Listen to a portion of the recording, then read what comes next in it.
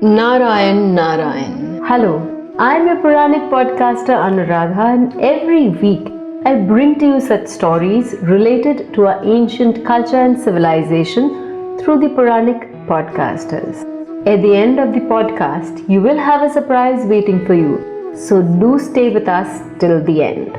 On the day of Janmashtami, we are used to worshipping Lord Krishna, but do you know that on that day we should also worship Durga Ji in the form of Ma Vindyavasini? Why is it so? So let's listen to this mystery in this Puranic podcast. Let's begin our Puranic podcast for today. In the third and fourth chapters of Dasam Skand of the Bhagavad, Sukdev Ji Maharaj narrates King Parikshit the story of the birth of Lord Krishna. Sukdev Ji says, O Parikshit, a very pleasant time had come with all the auspicious qualities. Moon was placed in the constellation of Rohini. All the constellations, planets and stars of the sky were peaceful.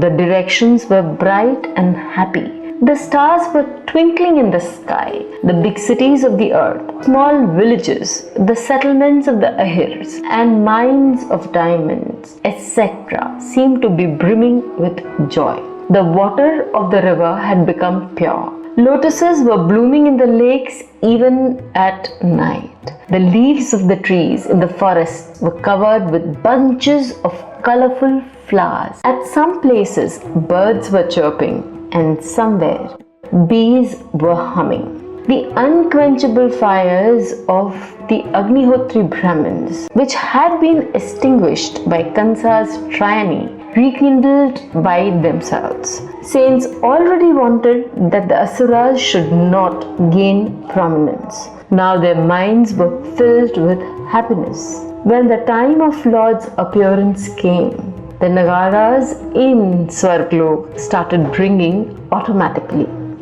The deities and the great sages were pleased and they started to shower flowers. Clouds gathered in the sky and started roaring softly like the sound of ocean waves. Then Lord Vishnu, the Supreme Personality, situated in every heart, appeared from Devki's heart. Just like the full moon rising in the deep darkness of the night in the eastern horizon, because Devki was same as Lord Krishna. Seeing that newborn child, Vasudevji and Devki Mata understood that Narayan had come into their lives as their child. They humbly bowed down to Narayan and praised him. Pleased with the praise of Vasudevji and Devaki Maya, Narayan appeared to them in his four-armed form and told them of their former lifetimes. Not only that, while consoling them, Lord Vishnu also described the further course of action to Vasudevji. Thereafter, by the inspiration of the Lord, when Vasudevji was about to take the newborn child from Sutikagraha, the house or the room where a young lady gives birth to her child, Yogmaya, the spiritual energy of the Lord, took birth as the daughter of Maharaj Nand's wife at that very moment.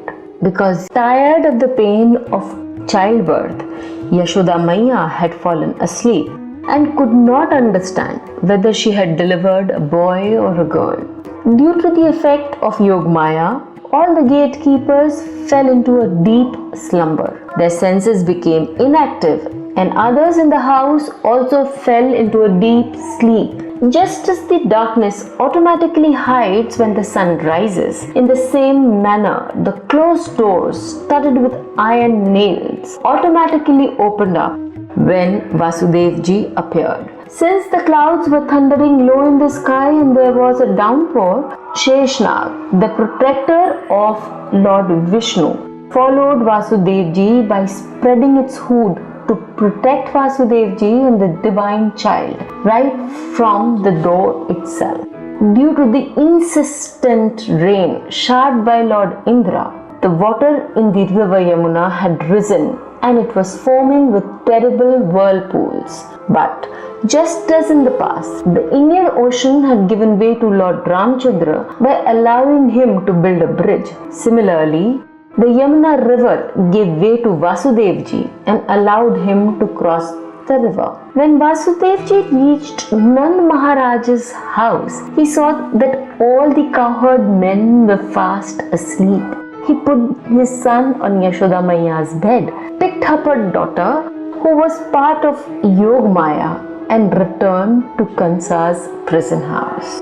Vasudevji put the baby on Devaki's bed and put on shackles on his feet and sat as before. Sri Vasudevji says, O Parikshit, the inner and the outer doors of the house got closed as before. Thereafter, the occupants of the house, especially the doorkeepers, heard the cries of the newborn and rose from their beds. They rushed to King Kansa, the ruler of Bhoj dynasty, and told him the news of the birth of Devaki's child. Kans, who was eagerly waiting for this news, immediately took action. Kans immediately got up from the bed thinking, here is Kal, who has taken the birth to kill me. Thus, distraught and with his hair scattered all over his head, Kans immediately reached the place where the child was born. As soon as he reached the prison, he shouted, Devki, where is that boy? I will cut him into pieces with my sword right away. Devki said with great sorrow and a lot of compassion, my dear brother, she's a girl. She's like your daughter too. How will she kill you? You shouldn't kill her. Brother, you killed my 6 sons, one by one. I didn't tell you anything. I'm begging you to spare her life today. I'm your younger sister. Have mercy on me. She is my last child. I beg you with folded hands. My dear brother, give her the right to live. She is the last sign of myself.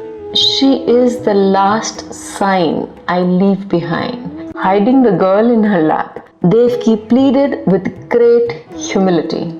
But Kans was evil.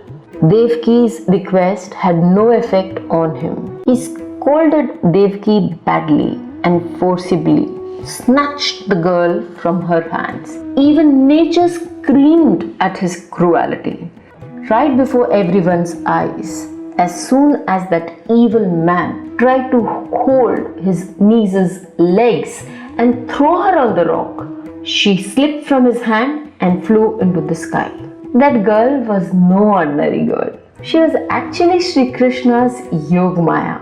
As soon as she went up in the sky, she turned into a goddess and was visible to Kans in her divine form. She had 8 hands in which she held a bow, a trident, an arrow, shield, sword, conch, disc, and mace. She wore divine clothes, garlands, sandalwood paste, and beautiful ornaments. Devatas, Gandharvas, Kinnaras, Apsaras were praising her. The goddess said to Kansa, You fool, what will you get by killing me? Your enemy who will be killing you has already been born somewhere else. Don't kill innocent children now.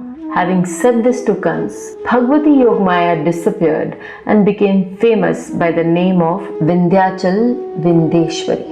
Thereafter, she became the Kul Devi of the Yadav. Kans was very surprised to hear Yogmaya's prediction. At the same time, he ordered the release of Vasudev and Devaki Maiya from the prison. Kans said to Vasudevji and Devaki Mata, I am a great sinner. I killed all your children in mistake. I'm sorry about it. I'm so wicked that there is no trace of kindness in me. I don't know to which hell I have to go now. In fact, even though I'm alive, I'm like a dead person. But I also have no fault. All living beings suffer according to their destiny. So both of you, please forgive my crime. Saying this, Kansa held the feet of his sister and brother-in-law, and Vasudevji and Devaki forgave him. Believing Yogmaya's words, Vasudevji Devaki were released from the prison and Kansa took orders from them and went to his palace. Because Vindeshwari Vindyavasini protected the Yadav clan and saved its descendant Sri Krishna from being killed.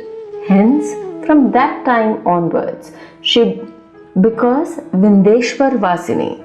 And now, why should we worship Goddess Durga in form of Vindeshwari Vindyavasini? Well, she saved the Yadav clan, protected its descendant Sri Krishna, and hence from that time onwards she became the family goddess or the Kuldevi of the Yadavs. Astrologically speaking, people born on Ashtami Tithi should worship Durga Ji if there is a calamity that they face in life. Then it is a time when they look upon her, call upon her as a protector, or better still, in form of a mother. She does provide that protection, and so she helps you tide over the biggest of calamities of your life. For more on Nakshatra and Jyotish, you can visit my YouTube and Spotify channels. So this brings us to the end of today's story and the podcast. There are many people like you around you who want to connect with this culture which is so old and so beautiful. So please share this story with them on WhatsApp or any social media platform and help me achieve this goal. I will return to you as your Puranic podcaster Anuradha with another Puranic story. Till then, Narayan, Narayan.